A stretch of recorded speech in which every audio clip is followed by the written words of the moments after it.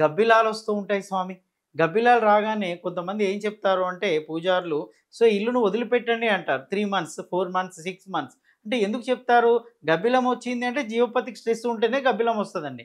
కానీ నేనేం సజెస్ట్ చేస్తానంటే సిటీ లాంటి ప్రాంతాల్లో అపార్ట్మెంట్ ఫ్లాట్స్ ఉన్నాయనుకోండి. సో అది కామన్ అంటాను. దాన్ని అతిగా పట్టించుకోవాల్సిన అవసరం లేదనే చెప్తాను. ఎందుకు అంటే 3 మంత్స్ వదిలిపెట్టిపోయి వచ్చినంత మాత్రాన వెంటనే నెగెటివ్ ఎనర్జీ పోదు. మళ్ళీ రాగానే మళ్ళీ దాంట్లో ఉంది కదా! సో, గబ్బిలాలు గాని, తేనెటీగలు గాని, పావురాలు గాని, మీరు పావురాలను కూడా చూడండి.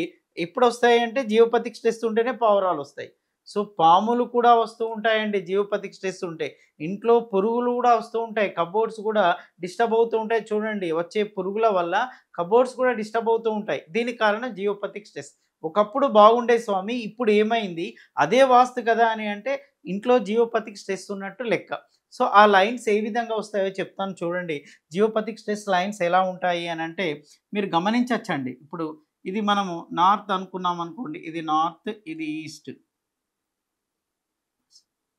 మనం ఇలా చూసినప్పుడు ఎలా వస్తాయంటే, ఇట్లా వచ్చేస్తూ ఉంటాయండి.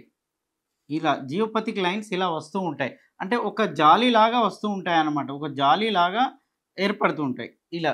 ఇట్లా ఈ లైన్స్ వచ్చాయంటే జియోపతిక్ స్ట్రెస్ లెవెల్స్ పెరుగుతాయి స్వామి. అప్పుడు ఏమవుతుంది? ఈ లైన్ ఉందనుకోండి అపార్ట్మెంట్‌లో అనుకోండి. ఈ లైన్ ఉందనుకోండి.